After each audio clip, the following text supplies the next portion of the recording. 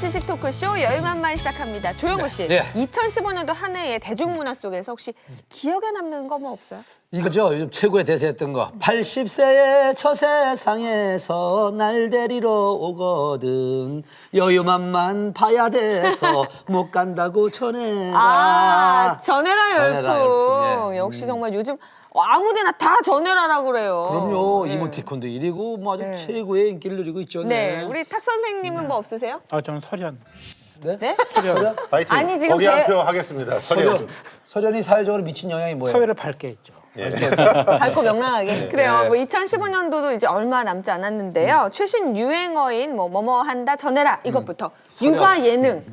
이런 게 굉장히 유행이지 않았습니까? 육아 예능 그렇죠. 오늘 문화 키워드로 2015년 정리해 보도록 하겠습니다.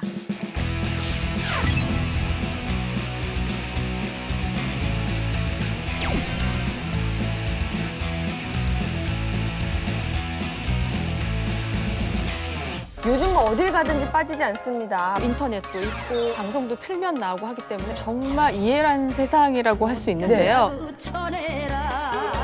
트렌드 중에 하나는 쿡방이다. 쿡방. 쿡방의 전성시대가 왔다. 사랑이부터 쌍둥이, 삼둥이, 대박이까지 나와서 트렌드하고 맞아져서 어허. 데이트를 하게 된 거죠. 올 한해 성공한 것들은 다 판타지예요. 우리가 만들어가지고 소비를 하는 거거든요. 진짜요? 최근의 흐름을 보면 정말 전성시대인데요. 이런 MZ 커플가 돌아온 어이가 없네.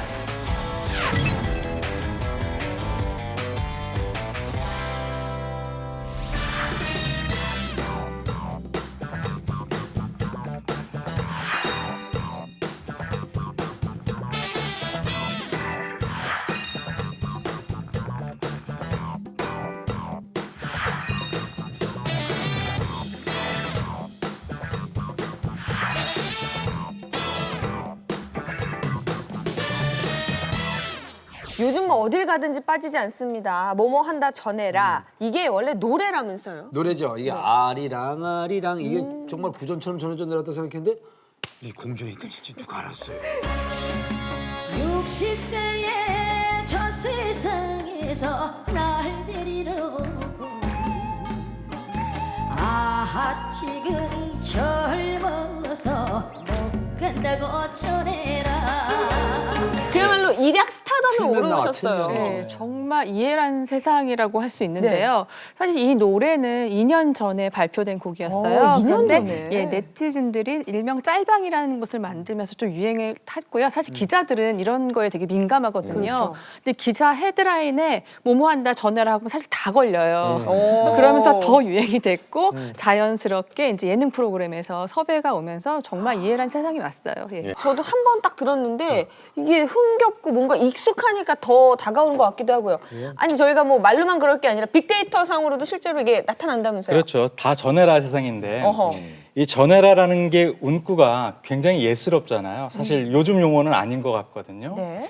근데 저희가 흔히 키치 문화라고 부르는 조금은 B급이거나 아니면은 세련되지 않은 문화들에 대해서 오히려 소비자들이 굉장히 문화 소비적인 욕구가 있는 거를 여러 현상을 통해서 볼 수가 있어요. 근데 이 전해라가 딱 그거에 맞는 거죠. 그리고 상대를 직접 보지 않고 누군가를 통해서 내 말을 전달할 수도 있고 또 이게 왠지 갑을 혹은 아버지가 엄마한테 뭔가 화나 있는 상태에서 전달해 주는 것 같은 그런 현상도 되잖아요. 네. 그렇죠. 무엇보다도 전해라라는 이 음률이 사실은 굉장히 사람을 이렇게 후킹하는 요소가 있어요. 즐겁거든요. 그래요? 이런 것이 아까 말씀하신 짤방이라는 요즘 커뮤니케이션 트렌드하고 맞아져서 어허. 데이트를 하게 된 거죠. 전해라 열풍을 갖다가 단지 이렇게 참 재미있게 즐겁게만 볼 수 없는 게 네. 소통의 부재를 보여주는 하나의 키워드이기도 하거든요. 소통의 부재까지. 서로가 얼굴을 맞대고 있으면 전해라라고 얘기할 필요가 없잖아요. 뭔가 만나지 못해. 그래서 그 사이에 매개체가 꼭 있어야만 되는 거예요. 뭐 SNS가 있건 뭐가 있건 그게 이제 다리를 놔주지 않으면 서로 대면의 그 커뮤니케이션이 안 되는 세상. 이런 세상에 잘 맞는 그런 코드였던 것이고 그리고 더 중요한 거는 이게 일종의 이런 예스러운 말을 쓰다 보면 내가 약간 갑이 된 것 같은 그런 느낌을 받거든요. 오호. 이건 사실 좀 높은 사람 양반이 뭐 방자한테 이렇게 하는 말이잖아요, 사실. 그러니까 우리도 갑이 되고 싶어하는 그런 그 숨겨진 욕망 이런 것들도 여기 들어가 있기 때문에 우리 사회가 굉장히 소통 안 되고 좀 불공정하다 이런 것들을 보여주는 그런 지표이기도 근데 합니다. 이 노래 히트한 게 뭐냐면 젊은 젊은이들 사람들. 예능 프로그램에서 젊은이들 때문에 이 노래 히트된 거거든요. 근데 이게 왜 하필이면 계속 있다가 2015년 11월 달부터 이 노래가 확 이렇게 사랑을 받았다고 생각을 하세요? 지금 말씀하신 것처럼 이제 그런 그 소통 부재. 그러니까 요즘에 이제 메신저가 없으면 소통할 수 없는 그런 얘기가 뭐냐면 대면에 관한 이제 공포라는 거죠. 또 하나 어떤 게 있냐면요. 자기의 단호한 결심도 있는 거예요. 나는 이렇게 결심을 했다 이거예요. 통보하는 거거든요. 알리는 거죠. 네, 그러니까 그 소통의 부재도 맞지만 또 한편으로는 그 이제 굳은 결심. 우리가 100세 인생을 살아갈 때 어떻게 살아가야 되느냐. 그래가는 굳은 결심, 각오 그런 것도 드러낸다고 볼 수 있죠. 지금 우리가 살고 있는 것들은 여러 가지 정보통신 기술 때문에 굉장히 다양한 채널에서 다양한 기록이 나와요. 근데 그 기록을 해석하면 우리가 어떻게 삶을 살고 있는지 알 수 있다는 것이죠. 그래서 이제 이 전해라 같은 경우도 전해라의 열풍이 정량적으로도 분석이 될 수가 있고 왜 그렇게 인기를 끄는지에 대한 맥락도 분석을 할 수가 있게 되는 거죠. 내년에는 또 국가적으로 선거가 있잖아요. 주요 정당에서 로고송으로 검토하고 있다는 뉴스도 있어요. 네, 전해라 열풍은 내년에도 또 상당 기간 되지 않을까 싶습니다.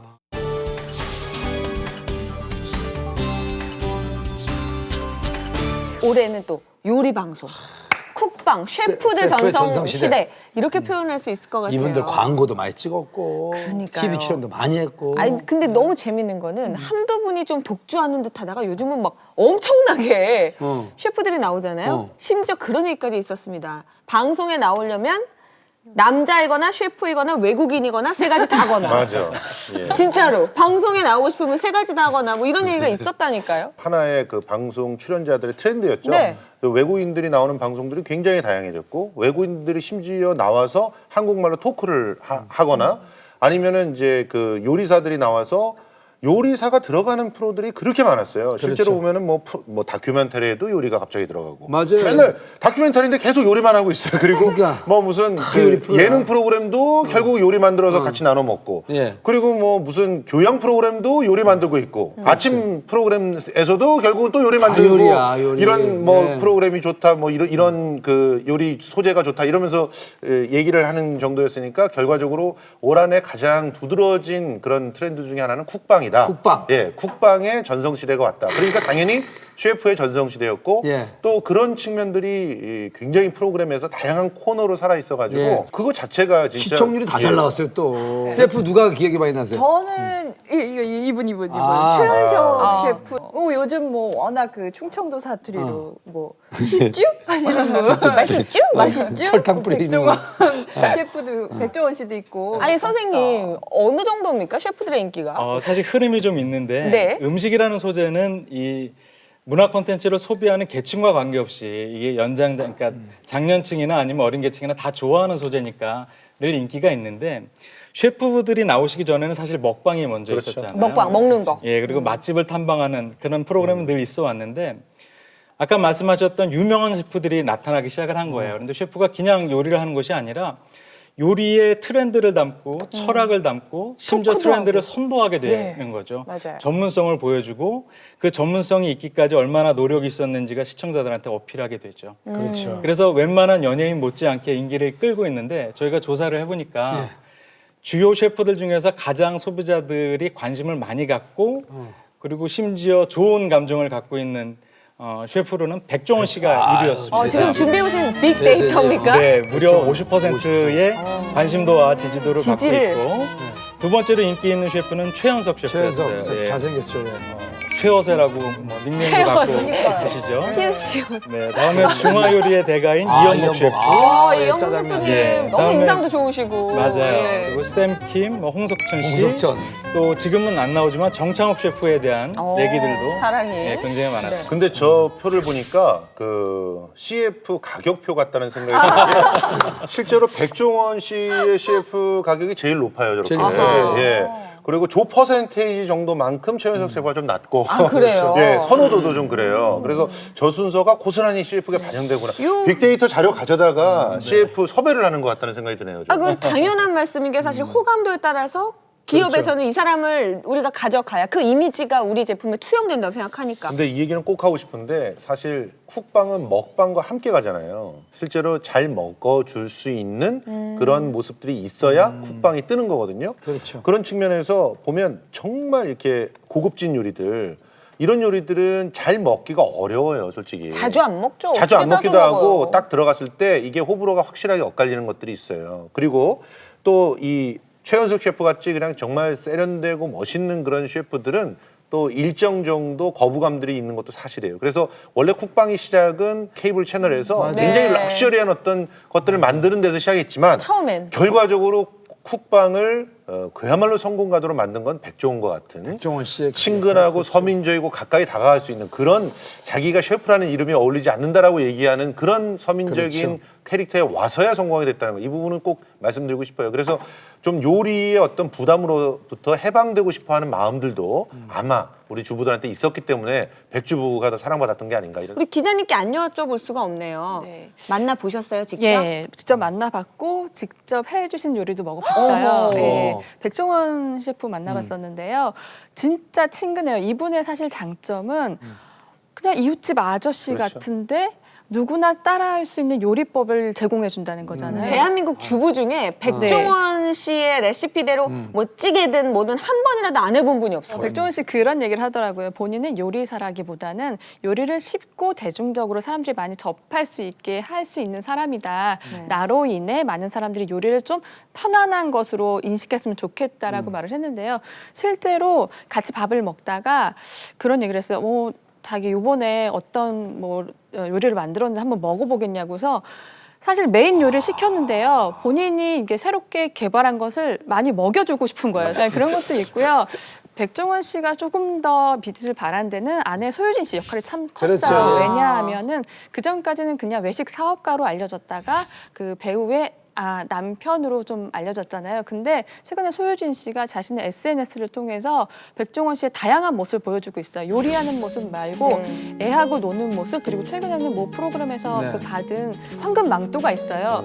그걸로 직접 요리를 하는 모습을 보여줬거든요. 그래요? 약간 그런 면에서 약간 젊은 근데 층까지도 원래 조금 소유진의 남편 예. 백종원이었는데 지금 백종원의 아내 소유진이에요. 그렇죠. 그 말도 네, 맞죠. 지금 백종원 소유진 결혼했죠? 지금 셰프들과 원래 결혼한 게 좀 대세고 언론에도 엄청 이슈화가 되는 게 뭐냐면 김세롬 김세롬 씨도, 예. 이찬원 셰프랑 결혼했죠.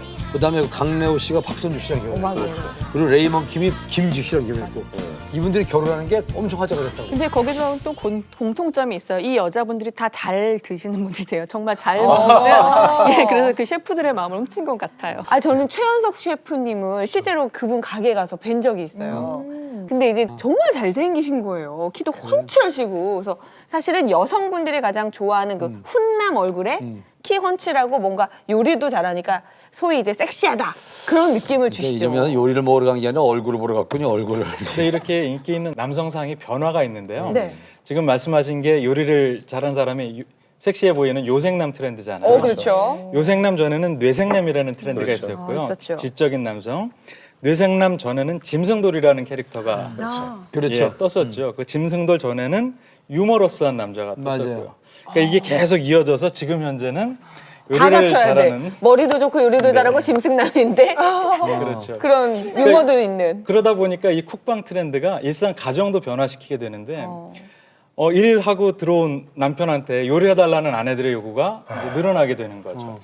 또한 사회가 요즘은 1인 가구족이라고 하는 혼자 사는 분들이 굉장히 많이 증가했잖아요. 네. 이분들이 언제라도 쉽게 해먹을 수 있는 레시피가 필요한데 그렇죠. 이런 것들을 방송에서 잘 알려주신 분이 우리가 지금 얘기했던 분들인 거죠. 그러다 보니까 소비자들의 공감이 굉장히 클 수밖에 없는 거죠. 근데 그게 평등에 관한 이제 욕구죠. 그러니까 사회적 불평등이 심화되니까 사람이 가장 평등해지기 쉬운 수단이 음식이에요. 그렇죠. 그러니까 김치찌개나 이런 거는 누구나 할 수 있을 것 같잖아요. 하지만 집이나 옷은 안 되잖아요. 일단 돈이 엄청나게 드니까. 근데 그 불평등 해소에 대한 욕구가 있었고 또 하나는 사람들이 외식을 하기 시작했다는 거예요. 전에보다 훨씬 더 많이. 그러니까 외식을 했을 때 자기가 약간 죄책감이 있거든요. 그거를 그 쿡방이 사실은 덜어주는 것이죠. 이렇게 하는 것이다. 그러면 그걸 같이 보고 있으면은 자기도 마치 요리에 참여한 것 같은 착각을 불러일으켜요. 제가 보기에는 텔레비전에 보이는 것과 실제는 다르다. 그런 거는 좀 생각해볼 필요가 있어요. 네. 아무래도 기자라는 직업은 그 사회 트렌드를 읽어서 또 기사를 쓰셔야 또 읽히잖아요. 네. 그럼 앞으로 이 쿡방의 인기가 2016년에도 계속될까요? 예, 아직까지는 그래도 당분간은 쿡방의 인기는 계속될 것 같고요. 쿡방에서 사실 요즘엔 또 셀프 인테리어로 맞아요. 약간 관심이 옮겨가고 있어요. 봄 되면 그게 또 확 뜨겠네요. 그럼요. 봄이고 그러니까 하면. 다시 말해서 집방으로 넘어가는 집방. 추세인 거죠. 요즘에는. 예, 그러니까 대중문화 트렌드라는 게 사실 주변에 굉장히 민감해요. 어떤 사람들이 뭘 먹고 뭘 하느냐에 따라서 나도 한번 해볼까라는 그런 관심에서 시작되잖아요. 그러니까 앞으로는 쿡방만큼이나 집방에 대한 열풍은 계속될 것으로 보입니다. 쿡방, 쿡방의 그 열기는 2016년에도 계속된다라고 생각했는데 일단 우리 그 엄진 아나운서가 이제 8개월 된 딸이 있으니까 네. 정말 2015년 한 해가 정말 육아 프로그램이 많이 있던 어떤 그런 대상이었나요? 그러니까요. 저는 이제 2015년 시작할 때 임신을 했고 하반기에는 육아를 했는데 그래서 정말 우리 주부들처럼 집에서 텔레비전을 정말 많이 봤어요. 2015년뿐만 아니라 뭐 작년 그 전부터 슈퍼맨이 돌아왔다는 정말 인기 많았잖아요. 네. 근데 올해도 뭐 사랑이부터 쌍둥이, 삼둥이 요즘에 또 대박이까지 나와서 정말 대박이에요. 근데 엄마로서 그 네. 프로를 보고 있으면 어떤 생각이 드세요? 진짜 처음엔 전 임신 중에부터 열심히 봤는데요. 임신 기간에 보니까 내가 아이를 낳으면은 저렇게 키우면 되겠구나. 그리고 배우는 게 있죠. 저 아이템이 좀 괜찮네. 그러면서 사게 되는 것도 있고요. 배우는구나. 그리고 특히나 그 송일국 씨 훈육법 보면서 저는 내가 아이를 낳으면 저렇게 한번 훈육을 시켜야겠구나. 이렇게 좀 배우는 것도 있고. 근데 저는 그런 네. 생각도 들었어요. 요즘 육아 예능이 이렇게 뜬 데는 그만큼 아이를 안 낳는 건 아닐까. 왜냐면 그렇죠. 제 주변에도 아이가 본인은 없어요. 근데 그 육아 예능을 보면서 기뻐하더라고요. 대리만족. 내 아이 같고 그냥 보는 거는 귀여워요, 아이들은. 근데 실제로 키워보면 뭐 어머님도 다 공감하시겠지만 굉장히 좋은 고통스러운 것도 부분이 뭐 있거든요. 일주일에 한 달이야. 그러니까 근데 거울 속이나 이렇게 TV 속에 있는 아이는 그냥 그저 귀엽고 예쁘거든요. 때도 안 부리고. 그리고 그러니까 막 자꾸 쑥쑥 보게 되죠. 자라잖아요. 또 잘하고. 그래서 그런 거 어떤 아닐까요? 분들은 그런 얘기를 하더라고요. 육아를 실제로 하시는 분들은 내가 내 아이 보기도 힘들어 죽겠는데 TV로 또 보는 게 너무 피로도가 크다고 얘기하시는 분들도 간혹 있어요. 그래서 저희 저는 안사람은요 네. 절대로 육아 예능은 안 봐요. 육아 예능을 보면 볼수록 오히려 더 스트레스를 받는다. 왜냐하면 그쪽 남자들은 엄청 도와주거든요.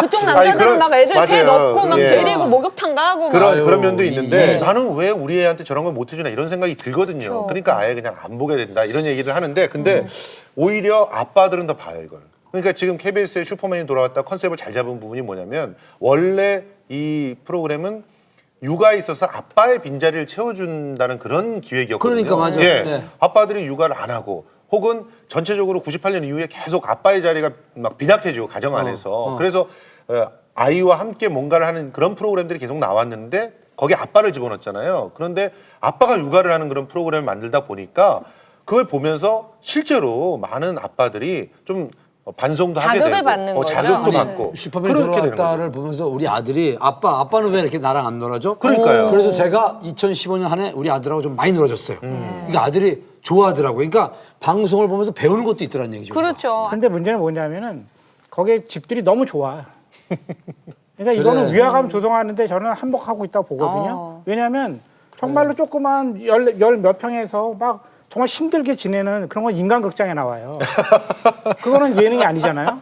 그럼 거기에 나오는데 그거 보면 그렇지. 갑자기 이제 예능이 딱 되면 화려하지. 대골같이 넓어요. 예. 뭐 화려해. 애들 방 따로 있고 뭐 모든 거 맞아요. 다 갖춰져 있는 거예요. 그러면 다 행복해 보이고. 결국 그런 걸 보는 사람은 나는 우리 애한테 못 해주고 있구나. 괴리감. 이건 저는 이거 바람직하지 않다고 봐요. 그러니까 이거를 철저하게 예능이라는 거를 분명히 해야 되는 거예요. 예능. 그러니까 무슨 말이냐면 얼마나 그거 찍을 때 또 힘들겠어요, 사실은. 하지만 재밌는 것만 보여주는 거잖아요. 그렇죠. 저는 편집을 이게 통해서.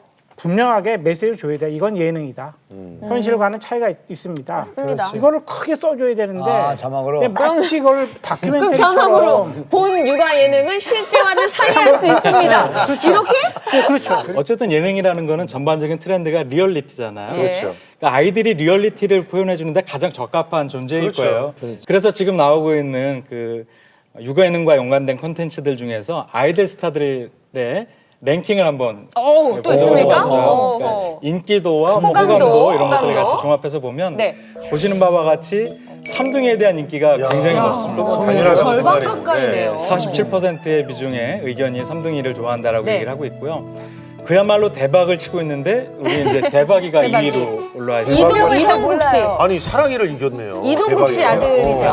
대박이가 대박이- 본명이 아닌데 본명을 잘 기억 대박이 못해요. 요즘 나왔기 때문에 조금 가장 이제, 최근에 핫한 트렌드이기 때문에. 트렌드죠. 예.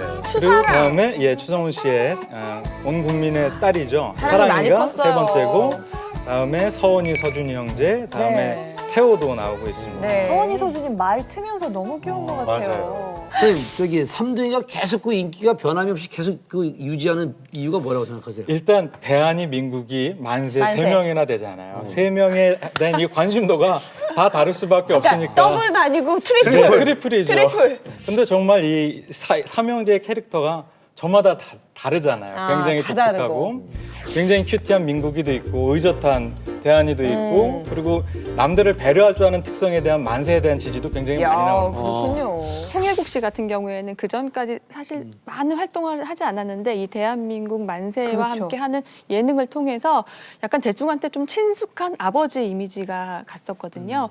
그래서 자연스럽게 최근에 이제 KBS 드라마 장영실에 캐스팅되는 약간 행운도 안겼고요. 사실 기자 입장에서 이게 굉장히 조심스럽습니다. 왜냐하면 이 아이들은 연예인이 아니거든요. 연예인 자녀잖아요. 그렇죠. 근데 이 아이들이 이제 앞으로 성장해 가면서 많은 뭐 관심도 받겠지만 사실 질타도 받거든요. 시기 질투가 있기 때문에 굉장히 조심스러운 부분이기도 하는데요. 또 연예인으로서는 잊혀졌을 때쯤 아이와 함께 짠 나타나는 것이죠.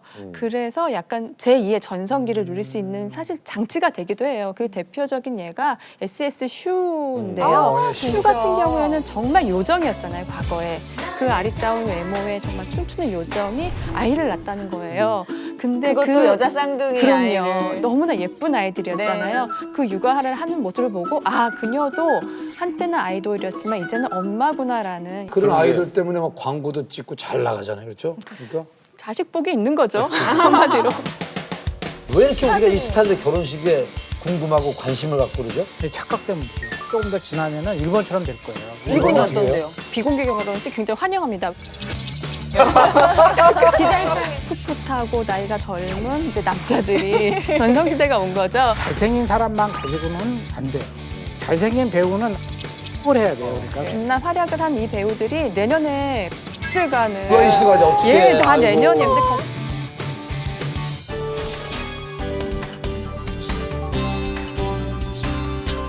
2015년 문화 트렌드 뭐 키워드를 보고 있는데요. 저는 또 이거를 짚고 넘어가야 될 것 같습니다. 결혼. 결혼. 스타들의 결혼. 유난히 뭐 매해 결혼은 있어요. 근데 유난히 올해 스타 커플들도 좀 많았던 것 같고. 어떤 커플 생각나세요? 원빈. 아, 원빈, 이나영. 그것도 정선인가요? 예. 그 밀밭에서 한 그 결혼식이 참 인상적이었고 또 얼마 전에 김정은 씨가 미국에서 작게 결혼하겠다 이런 발표를 했었는데요. 그렇지. 아유, 그쪽으로 아주 해박해요, 지식이. 제가 스타들의 결혼식장을 뭐 거의 웬만한데 다 가봤는데 사실 뭐 옛날에 신성일 엄영란 씨 결혼 너무 화려했지만 저는 어마어마했죠. 이제 최실아 김태욱 씨 결혼 갔을 때는 그것도 진짜. 막 난리가 막 난장판이 됐어요. 막 다 넘어지고 막 뭐 신랑 신부 들어가지를 못하고 막 그렇게 그러다가 이제 비공개로 이제 점점 바뀌기 시작했거든요. 트렌드가. 근데 저는 그 연예인분들 해외 결혼식 그리고 비공개 결혼식 굉장히 환영합니다. 왜냐하면 안 가도 되거든요.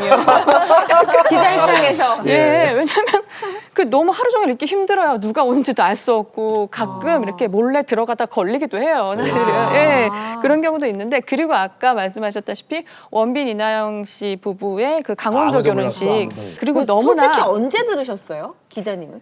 저도 그 즈음에 결혼을 한다 그리고 이제 뭔가 드레스를 맞췄다라는 소문은 있었어요. 근데 예. 뭔가 잡을 수가 없는 거예요. 솔직히 그거 초록색 창 보고 하셨죠? 그렇죠. 그러기도 한데 저는 이 부분에서 꼭 말씀을 드리고 싶은 게 만약에 조영구 씨 죄송합니다. 그 밀밭에서 조영구 씨가 결혼했으면 죄송해요. 정말 그렇게 아름답지 않았을 수도 있어요. 나 안 해요, 거기서. 안 할 거야. 원빈 이나영은- 거기서 민박집에서 내가 왜 자요, 거기서. 그분들은 면티를 입고 결혼했어도 정말 아름다웠을 분이거든요. 아, 맞아요. 예. 청바지 면티 입고 하셨어도 그래서 그렇진 아무나 않겠죠. 스프레딩을 하면 안 된다니까요. 그럼 거기는 진짜. 민박집하고 저기 저 밀밭 대박 났어요. 관광상품 됐고 그쪽에 사람 그럼요. 엄청 아니 많고. 이효리 씨는 언제 하셨죠? 2014년인가요? 네, 거긴 좀 됐죠? 네, 근데 이효리 씨는 이효리 당황스럽게 했어요. 관계자가 그렇게 말씀하셨어요. 이효리는 과장됨이 없다고 하더라고요. 본인이 싫으면 싫다고 대답을 하고 그 당시에 아마 자연보호도 약간 좀 많이 이렇게 말이 됐었고 본인이 너무 화려한 그 스포트라이트를 너무 심하게 받았어요. 어린 시절부터. 그러니까 정말 이제 자유롭고 싶었던 마음이었겠죠. 근데 이효리 씨 결혼 너무 예뻤지 않았어요? 예뻤죠. 근데 엄진 아나운서도 사실 뭐 결혼을 좀 조용히 한 편이잖아요. 맞아요, 맞아요. 왜요? 아니 저는 진짜 작게 하고 싶어서 양가 합쳐서 60명. 야, 네. 스몰 웨딩이네. 정말 정말 스몰 작게 웨딩. 했어요. 작은 결혼식을 좀 주변에서 많이들 하고 싶어하는 제 주변 친구들도 많은데 못하는 이유가 부모님들이 그렇죠. 그래도 그동안 결국엔 뿌린 게 반대로 그렇죠. 많은데 그때 걷어들여야 되거든. 그래서 굉장히 그 설득 과정이 힘들었지만 아 정말 정말 친한 사람들과 나를 끝까지 이렇게 축복해 줄 수 있는 사람들과 함께 작게 하고 싶었는데 하다 보니까는 이 사람은 부르고 그래, 저 맞아. 사람은 안 부를 수 없고 애매한 거예요. 아. 그래서 그냥 아예 줄이자. 좀 섭섭하셨던 분들이 많은데 정말 초대하고 싶었습니다.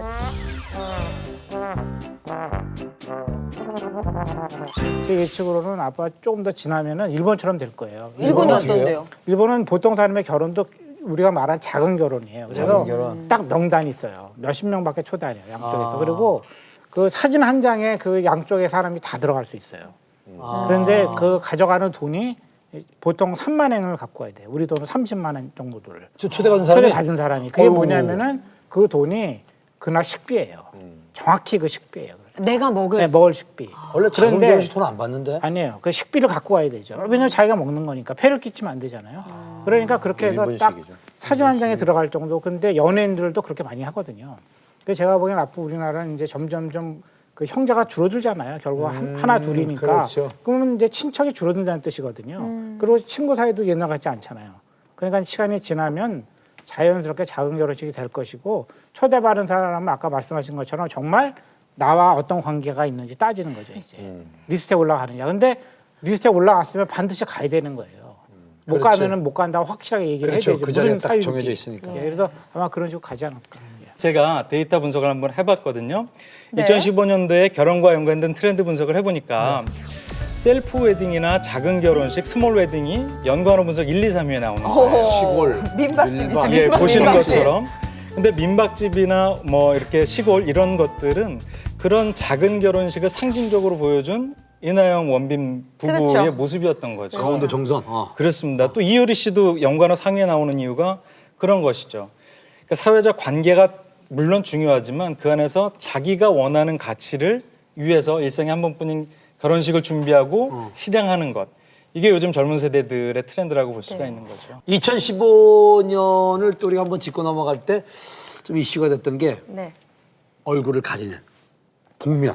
아 정말 복면도 저 남 기자님 참 이슈가 됐었어요, 그렇죠? 복면 같은 경우는 M본부에서 시작이 됐죠, 예. 사실은.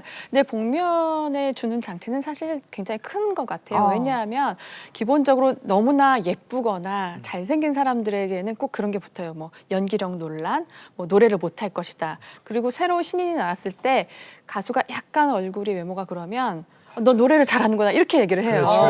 근데 이 프로그램을 통해서 사실은 그 숨은 진가를 진가를 알게 된 것이죠. 왜냐하면 아 저렇게 예뻐도 사실은 알고 보니 노래를 되게 잘하고 있었구나. 약간 그런 숨은 장치가 있는 것 같고요. 편견이나 선입견을 그렇죠. 깨주는 예, 그런 역할. 그런 의미도 있는 것 같고 사실 KBS에는 참 복면 검사. 검사라고 있었죠. 복면 검사 같은 경우에는 그 드라마 안에서도 그런 게 있었어요. 그 복면을 쓴 사람이 검사였잖아요. 검사가 그런 이렇게 나쁜 사람들을 때리고 약간 그런 걸 할 수 있구나. 스파이더맨 예, 그런 약간 얘기를 하고 싶었던 것 같아요. 맞아요. 뭐 그리고 드라마 말고도 또 KBS 얘기하는데 예능도 있었어요. 맞아요. KBS에 미녀와 야수라고 네. 맞아요. 가면을 쓰고 그 데이트하는 이제 거잖아요. 데이트 미팅을 하는 거죠. 네. 그러면은 보통은 이렇게 만나면 얼굴을 보게 되잖아요. 아이고. 그러니까 이제 복면으로 가려지는 것은 선입견과 편견만이어야 돼요.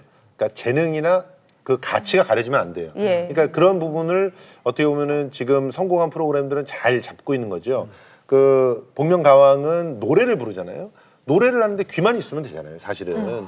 그런데 노래에 굉장히 많은 가치들이 지금 상품화 시대에 그 붙어 있는 거예요. 외모도 뭐 외모가 예쁘면 또 안 된다 이랬지만 대부분 외모 때문에 좌절해서 그 가수가 되기 어렵거나 또 외모 때문에 가수로 전환하려고 해도 안 되는 영구 씨 같은 경우만 해도 외모 때문에 지금 이미 그 MC로 너무 알려져 있잖아요. 그러니까 이 사람이 나오면 무조건 노래 못한다고 생각해요. 그래, 맞아요. 예. 그러니까 이 노래가 안 뜨는 나 거예요. 노래 안 돼, 진짜. 그런데 얼굴을 딱 가리게 되니까 누가 노래를 부르는지 모르고 딱 그 노래 실력만으로 주목을 하게 돼요. 그렇게 되면 결과적으로 그 사람의 가치를 재발견하게 되고 저는 그게 오히려 우리 사회가 너무 많은 스펙들과 너무 많은 그런 어떤 다른 가치들에 의해서 진짜 재능이 판단되지 못하는 그런 사회에 대해서 20대, 30대들이 이제 반란을 일으키고 있는 건 아닌가. 이제 말씀하신 대로 스펙 중심 사회에 대한 이제 거부죠.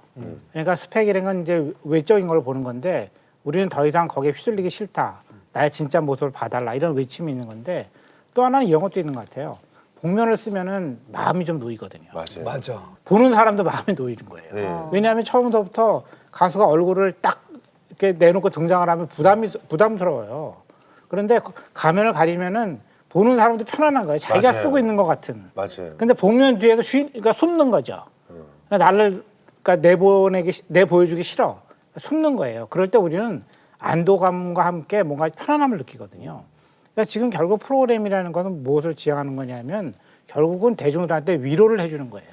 근데 그 방법이 재미와 감동이죠. 그러니까 재미와 감동을 통해서 결국 위로를 해주는 것이 프로그램의 목적인데 편안함까지 있다는 거죠.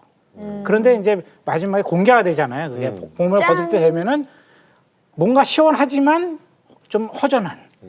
내 얼굴도 공개된 것 같은. 그러니까 또 다음 회를 보게 되죠. 또 편안함을 느끼기 위해서.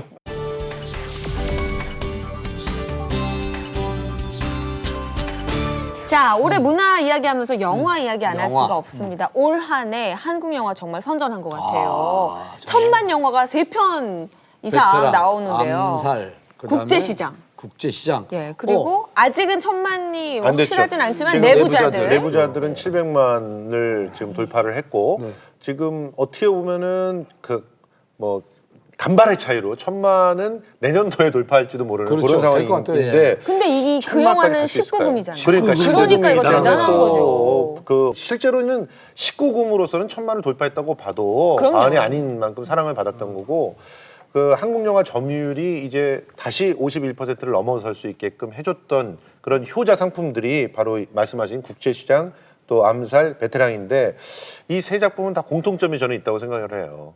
실제로 영화를 통해서 어떤 분은 그런 얘기를 하더라고요. 뭐 응징을 했다, 뭐 이런 얘기들도 내부자들도 그렇고 뭐 응징을 했다 이렇게 얘기를 하고 또 어떤 사람은 숨겨져 있는 걸 드러냈다 뭐 이런 얘기를 하던데 우리 사회에서 가장 문제가 된다고 생각했던 점들을 잘 보여줬어요. 그래서 그게 문제이기 때문에 어떤 형식으로든 고쳐야 된다라고 하는 그런 공감을 일으켜냈기 때문에 성공한 게 아닌가 그렇게 생각이 들어요. 그래서 시대 정신을 담아야 1000만을 넘지 우리가 사실 전체 5천만 국민인데 1000만을 넘는다는 건 이거는 뭐 4분의 1 가까이가 봐야 된다는 그렇죠. 얘기니까 그러니까 실제로는 기적과 같은 일이거든요. 근데 그게 가능할 수 있었던 거는 우리가 전부 다 맺혀 있는 그런 어떤 시대의 한들을 눈앞에 보여줌으로써 풀 수 있는 가능성을 줬다 이런 거죠. 천만 영화도 중요하지만 우리 이정민 아나운서가 너무나 좋아하는 유아인. 유아인 씨가 정말 2015년 최고의 한 해를 보냈다고도 볼 수가 있죠, 남 기자님? 예, 정말 유아인 전성 시대인데요. 이제 드라마와 이제 스크린 둘 다 가장 성공을 했어요. 예. 네. 그리고 유아인 씨 같은 경우는 기존에도 굉장히 연기를 잘해왔었고요. 그랬죠. 더 그가 조금 빛났던 데는 유아인 씨 같은 경우에는 자신의 생각을 굉장히 솔직하게 SNS를 이용해서 조금 많이 소통을 하는 배우로도 통했어요. 근데 저는 유아인 씨에 대해서 이제 한 말씀 드리고 네. 싶은 게 유아인 씨가 올해 이제 베테랑으로 굉장히 그 상도 거머쥐고 그 평가도 좋았잖아요. 사도도 있었어요. 사도도. 근데 네. 보통은 미남 배우가 악역을 잘했을 때 스타가 돼요. 그러니까 옛날에 알랑드로잉 배우가 있었는데 그 태양 가득해에서도 악역을 맡았거든요. 젊은 시절에. 되게 세계적으로 히트를 했어요. 무슨 얘기냐면 그 이제 권위주의 시대가 아니라 민주주의 시대가 되면은요 잘생긴 사람만 가지고는 안 돼요. 개성이 있어야 되거든요. 맞아요. 근데 잘생긴 사람이 개성을 발휘하는 게 굉장히 힘들어요. 그 조승우 씨 같은 경우에 마라톤으로 이제 개성을 발휘한 거잖아요. 그렇죠. 그 김두현 씨 같은 경우 그 프로듀서에서 어눌한 역으로. 그다음에 간첩 영화도 있었잖아요. 그렇죠. 그러니까 이런 식으로 해서 잘생긴 배우는 악역을 맡았을 때 그 연기를 잘하면은 대스타가 되는 거예요. 장동건도 친구에서. 예, 그 악역을 해야 돼요. 그러니까 그게 무슨 얘기냐면요. 보통 이 잘생긴 사람한테 그 여성 팬들이 우리는 착각하는 게 뭐냐면 멜로를 원할 거라고 생각해요. 여성 멋있는 팬들이. 근데 로맨틱 가이. 네, 그렇지 않아요. 그러니까 유아인 씨 같은 경우는 그 전략이 좋았던 게 아주 악역을 맡았잖아요. 그래서 그 대사도 어이가 없네. 그게 우리를 어이가 없네. 딱 나타내주는. 조태호 씨 재밌게 사시네. 근데 쟤는 짓고 살지 맙시다. 어이가 없네. 그런데 악역 연기를 아주 잘했어요. 그러니까 미남이 악역 연기를 잘한다. 그렇다면 스타 탄생인 거예요. 기존 영화계의 지금 최근의 흐름을 보면 약간 세대 교체가 맞아요. 일어났다라고 그래요. 해도 돼요. 왜냐하면 기존에는 약간 송강호, 설경구. 설경구 이렇게 대표됐다면 요즘엔 정말 풋풋하고 나이가 젊은 이제 남자들이 전성시대가 온 거죠. 이 엄진 예, 아나운서 예. 너무 좋아하는데요. 그 대표적으로 김우빈 뭐 그쵸. 엄마 미소를 또. 그래서 박서준 최근에- 씨도 요새 참 멋있는 그렇죠. 거 같아요. 올해 그래서 가장 네. 빛난 활약을 한 이 배우들이 이제 유아인, 박서준, 김수현 씨를 꼽을 수 있어요. 근데 또 아쉽게도 이들 중에서 약간 꽃남들 중에서 내년에 군대를 가는 스타들이 있어요. 김선도 가잖아요. 예, 김수현 씨 김수현 가죠. 씨가 가요? 이민호 가죠. 그리고 유아인 씨도 가요. 사실은. 유아인 씨도 가죠. 어떡해. 예, 다 아이고. 내년이에요. 근데 걱정하실 건 없습니다. 지금 이 두 왜냐하면 여자들 보세요. 지금 아주 젊은스러워. 예, 다 뭐. 가는데 이제 아니 누구 오는 사람 저기 그럼요. 엄지 씨, 오는 사람. 집에 딸이나 신경 써. 그거 유아인 군대는 신경 쓰지 말고. 그러니까 이게 착각이라는 거예요. 이게 바로.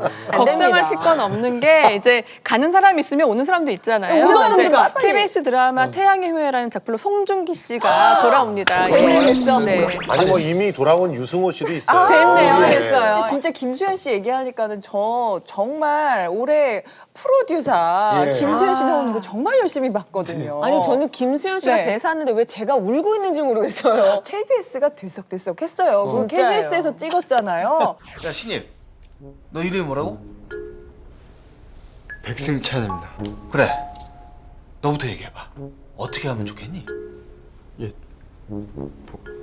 뭘? 너 반항하냐? 아닌데요. 저는 진짜 빤하고 올드한 것 같아서 그렇게 말씀드린 거고 아까 시럽도 선배님이 많이 넣으라고 그러신 줄 알고 많이 넣고 그런 건데요. 김수현 씨가 빛을 발했던 거는 어눌함에 있었어요. 맞아요. 왜냐하면 기존의 김수현은 굉장히 뭔가 강인하고 뭔가 도민준 이렇게 이미지가 딱, 너무 예, 있었죠. 뭔가 별에서 왔을 것만 했는데 여기서는 정말 허술한 방송인이잖아요. 근데 김수현 씨가 머리가 좋은 게 뭐냐면 보통의 김수현 씨는 똑부러지게 말하는 버릇이 있는데 프로듀서 제작 발표할 땐 굉장히 어눌하고 좀 이상했어요. 그래서 왜 저러나 뭔가 상태가 안 좋은가 다른데, 했는데 극 중의 캐릭터를 그대로 갖다 옮긴 거였어요. 예. 제가 김수현 씨가 실제 모델을 했을 법한 PD를 알고 있습니다. 예능 PD 신입 중에 정말로 그런 그 대학을 법학과를 나와가지고 실제로 말을 그렇게 하는 분이 있더라고요. 제가 만났어요. KBS. 예, 그래서 제가 저도 모르게 그 프로듀서에 나온 김수현 씨랑 되게 비슷하시네요. 그랬는데 옆에서 그러더라고요. 저 친구 보고 모델 삼아서 연습했다고. 따라다녔대요, 김수현 씨. 진짜로. 그래요? 일단은 그 프로듀서 시리즈를 통해서 또 우리가 저는 융합이라고 하는 그 키워드를 봤거든요. 네. 그러니까 뭔가 장르가 통합되고 있는 분위기들이 굉장히 많은데 이제는 KBS에서도 드라마와 예능이 통합이 되는구나. 그리고 그 통합되는 분위기들이 또 장르 안에서도 굉장히 돋보이는구나. 그러면 앞으로는 계속 드라마나 예능이나 교양이나 다 계속 컨버전스 되는 그런 시도들이 굉장히 많겠다. 이런 그렇죠. 생각들을 했습니다. 아무튼 김수현 씨가 사랑스러웠던 드라마이기도 하지만 드라마의 미래를 확실히 보여준다는 측면에서 저는 굉장히 열심히 봤던 드라마. 예. 그렇다면 다행입니다.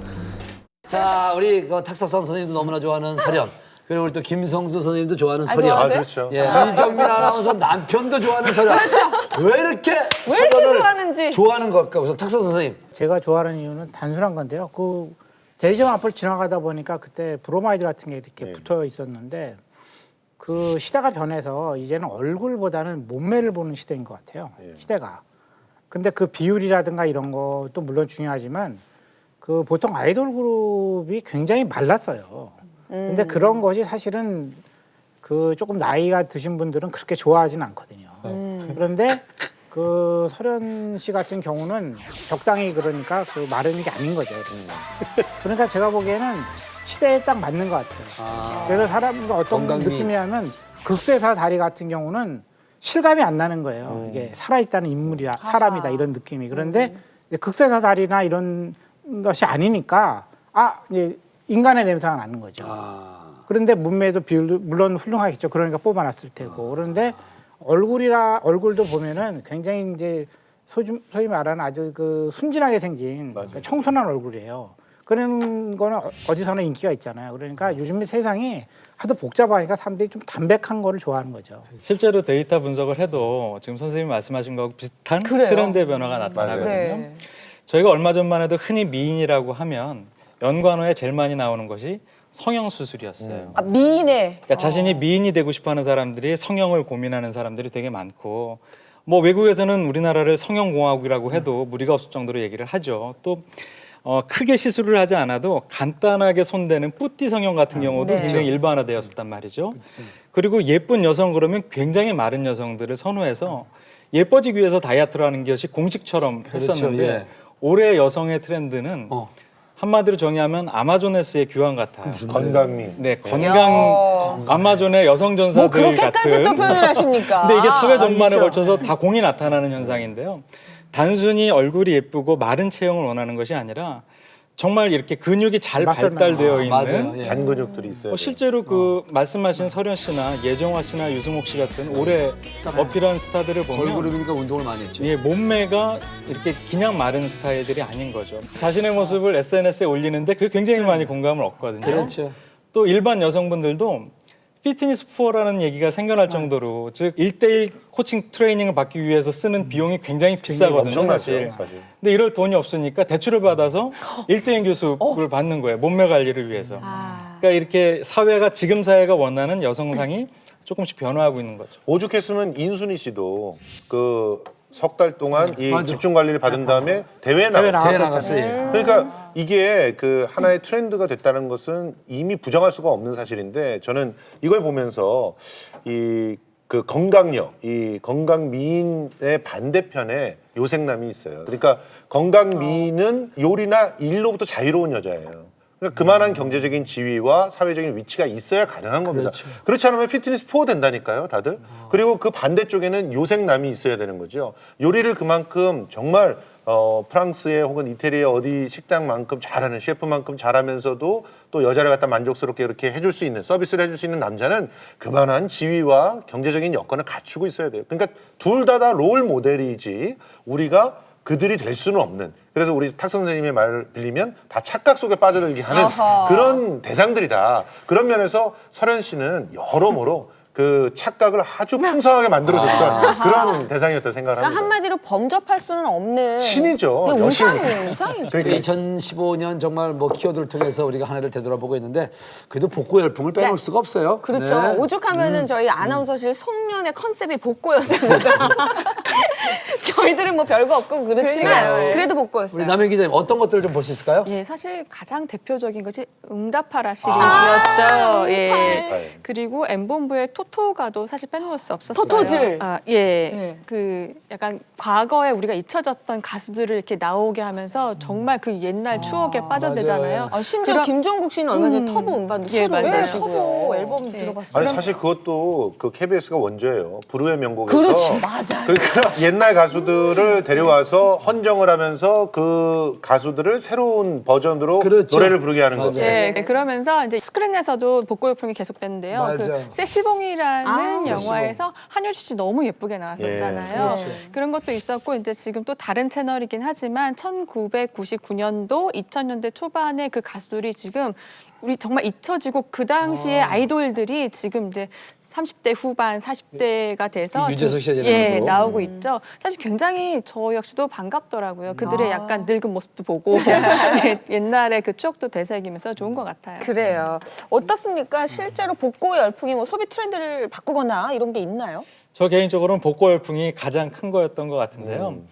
그러니까 지금 복고가 뜨겁게 반응을 얻고 있는 거는 오늘 우리가 살고 있는 삶이 그걸 소환한 것이잖아요. 만족스럽지가 진짜 않아요. 소환이네요. 지금 굉장히 힘들거든요. 막 취직하는 것도 힘들고, 그렇구나. 예, 정말 장기간 불황이기도 하고 이러다 보니까 예전에 조금 더 영화로웠던 과거를 추억하게 되는 거예요. 근데 그런 것들이 대중문화 전반에 걸쳐서 나타나죠. 지금 말씀하셨던 영화나 예능이나 드라마에서도 드라마 같은 경우도 이제 여러 방송 채널 관계없이 뭐 응답하라도 있고 다른 프로도 있고 영화 같은 경우도 말씀하신 거 외에 국제시장 같은 경우도 있지 않습니까? 시작이 그리고 됐죠. 예, 음원 같은 경우가 이제 또 새롭게 인기를 얻고 있는데 복고 콘텐츠를 옛날 사람이 그대로 구현하면 반응이 뜨겁지 않은데요. 이거를 재해석하니까 굉장히 소비자들이 열광하게 되는 것 같아요. 근데 최근에 그 80년대를 복구하는 부분에서는 좀 그 의외의 그런 그 개념들이 들어가는 것 같아요. 의외? 사실 80년대는 우리들이 복구할 만한 때가 아니에요. 뭐 물론 정서적으로는 굉장히 좋았다 뭐 이런 생각은 할 수가 있겠지만 실제로 지금 20대, 30대들이 복고의 주 소비층이 돼야 되는데 80년대 살지도 않았었고 그렇죠. 그리고 지금 40, 50대 복고를 할 만한 40, 50대들은 80년대에 고생했던 기억들이 더 많단 말이죠. 맞아요, 예. 그런데 왜 80년대를 소환을 하는가? 가만히 그 속을 들여다보면 공동체라고 하는 것이 80년대에 존재했더라. 그러니까 어떻게 보면 우리가 잃어버려서 다시 지금 우리 사회를 치유할 수 있는 어떠한 덕목, 치유할 수 있는 방법으로서 뭔가를 끄집어 오기 위해서 복고는 하나의 배경이 되고 있는 건 아닌가 이런 생각들을 하는데요. 그런 측면에서 이 응팔이라고 하는 그런 그 현상, 요즘에 현상이라고 하더라고요. 80년대를 다시 소환해오는 현상은 우리 사회를 치유할 수 있는 대안을 찾는 그것도 대중문화 쪽에서 찾고 있는 하나의 흐름 같다 이런 생각을 했습니다. 이런 경우는 그 처음 있는 일은 결코 아니에요. 무슨 얘기냐면 이게 만들어진 것이거든요. 그러니까 만들어진 복고예요. 그러니까 복고라는 것의 의미는 옛날 것을 재현한다는 것이 아니라 우리가 만들어낸 복고라는 거죠. 우리가 생각하고 싶은 복고, 옛날. 그러니까 거기 응팔에 보면 거기 이제 쌍문동이에요. 예. 근데 그런 낭만적인 시절이 있었는가? 없었겠죠, 없었죠. 당연히. 하지만 그걸 지금 우리가 원하는 88년도예요. 그럼 우리가 만들어가지고 소비를 하는 것이거든요. 그래서 이거는 재현을 했느냐 안 했느냐의 문제가 아니라 우리가 지금 왜 필요로 하느냐 그것을 아까 말씀하신 것처럼 불황이 가장 큰 것이고 또 하나는 미래가 없다는 거죠. 그러니까 사람들이 미래가 없을 경우에는 가장 안전한 방법을 택해요. 그게 과거거든요. 근데 있는 그대로의 과거는 너무 고통스러워요 또. 그러니까 만들어낸 과거. 그걸 이제 멋있게 이름을 붙인 거죠. 복고라고. 그러니까 이랬었었지가 사실은 네. 이랬으면 더 좋았을 좋았을 텐데 텐데. 일 예. 수도 그렇죠. 있다는 말씀이죠. 엄진 아나운서는 만약에 그때 그 시절로 돌아간다면 언제로 돌아가고 싶으세요? 저는 무조건 97년이죠. 왜요? 제가 그 세대거든요. H.O.T 세대. 아. 네. 그때 이제 클럽 H.O.T 가입하고 팬클럽. 이렇게 그때로. 풍선도 뭐 이렇게 하고 그럴 때긴 한데. 그래요? 아니 근데 왜 90년대가 이렇게 그때를 왜 저 혼자서 생각을 해봤어요. 돌아갈까 했더니 뉴스에서도 들었는데 90년대 이맘때쯤 되면요 뉴스에 정말 연말 연시에 흥청망청 쓰지 마라 이런 얘기를 많이 했잖아요. 그렇죠. 근데 요새 그런 소리를 듣지를 못했어요. 좀 썰하죠, 오히려. 그러니까 그때는 그렇게 풍요로웠어요. 풍요로웠지. 90년대. 근데 지금 생각해 보면 그게 또 아쉬운 거예요. 돌아가기도 싶고. 근데 저는 또 그냥 빅데이터 전문가시게 여쭙고 싶은 게 사실 요즘 우리 그 어린 친구들 있잖아요. 20대 친구들은 그걸 드라마를 봐도 몰라요. 절대 이해할 수 없고 본 적도 없는 옛날 이야기인데 재밌어 하나요? 굉장히 재밌어 하고요. 사실 이 의미가 뭐냐면 그 시절을 경험하지 못했던 사람들한테 통합의 매개가 되고 있다는 게 굉장히 의미해요. 근데 일종의 판타지 아니에요? 너무? 판타지죠. 그렇죠. 그런 걸 주면서 자신들의 선배 세대나 위에 어른 세대들이 어떤 경험들과 무엇에 즐거워했는지를 이해할 수 있다라는 거죠. 그렇죠. 그러니까 이제 스토리는 몰라도 거기서 전달되는 감정 같은 것들은 충분히 좋아할 수 있다는 것이죠. 이제 판타지라고 얘기했고 우리 선생님 만들어진 복고라고 얘기했는데 실제로 올 한해 성공한 것들은 다 판타지예요. 판타지가 아닌 것이 없습니다. 설현도 판타지. 다 판타지인데 그렇죠. 이 판타지가 다 이렇게 지배를 하는 건 굉장히 특이한 현상이라고 저는 생각을 해요. 그런데 그렇죠. 그 판타지로 도망가고 있는 거죠. 자꾸 우리가 숨고 있어요. 현실의 문제는 너무나 크고 너무나 정교해서 그 문제를 해결할 수 있을 만한 대안이나 어디서부터 오는 초인은 없는데 근데 우리는 그 문제를 어쨌든 해결을 해야 되거든요. 이러면 어떨까? 그렇죠. 자꾸. 그래서 자꾸 상상을 해보고 판타지로 도망가고 있는 건데 이게 과연 내년도에는 조금 더 이 현실의 땅을 디디고 내려올 수 있을지 한번 기대를 해봐야 될 것 같습니다. 자, 2015년 한 해를 정리하면서 우리가 키워드로 함께 풀어봤는데 마지막으로 2015년을 정리한 한 말씀 해주신다면? 올 한 해는 육아가 굉장히 화제가 됐던 것도 그렇고 가족에 대한 관심으로 다 비롯된 것 같고요. 지금 사실 가족이 되게 약간 결핍되고 있는 시대잖아요. 근데 내년에도 이 가족에 대한 관심은 더 꾸준할 것으로 기대가 되고 있습니다. 오늘 트렌드 쭉 들어보니까는 뭐 마지막에 판타지 이런 이야기도 했지만 결국에는 좀 사람들이 쉬고 싶다, 힐링 아직도 이런 게 좀 필요한 것 같아요. 막 세상에 사회가 너무 힘든데 방송을 통해서 문화를 통해서라도 좀 도피하고 싶은 힐링하고 싶은 게 계속 이어질 것 같아요. 예, 세상이 빠르게 변하면 자꾸 본능적으로 회귀할 수밖에 없는데 사회적 본능이라는 것을 정의한다면 전 정이 아닐까 싶거든요. 정. 네, 복고에서 나왔던 골목에도 정이 들어가 있을 거고요. 여러 가지 사회적 안전에서 가족을 소중하게 생각하는데도 정이 있을 거예요. 그래서 올해뿐만 아니라 내년에도 정을 매개로 한 컨텐츠들이 계속 주목을 끌지 않을까 싶습니다. 네. 저는 공동체라고 하는 말을 하고 싶습니다. 사실 가족 많이 파괴돼 있기 때문에 그 회복하고 싶어하고 그리고 쉬고 싶기 때문에 더욱더 그 가족이나 혹은 정을 느끼는 그런 공동체를 찾아가고 싶어하고 힐링을 원하잖아요. 그 대안이 공동체 안에 있다고 생각하는데 어떻게 공동체를 만들고 또 우리가 뿌리내리게 할 건가, 어떻게 회복시킬 것인가, 그 공동체를, 그런 문제를 내년에 좀 주목하지 않을까 생각이 듭니다. 저는 오늘 마무리를 전해라 노래로 마무리하겠습니다. 2015년 한 해를 잘 정리하려 하면은 여유만만 보면서 정리하라 전해라. 이야, 멋지다. 참 우리 올 한 해 우리 참 역할 많이 했어요. 네, 고생 많으셨어요. 예, 고생 네. 많으셨습니다. 여러분들도 한 해 보내시느라 고생 많으셨습니다. 네. 저희는 오늘 여기서 인사드릴게요. 고맙습니다. 감사합니다.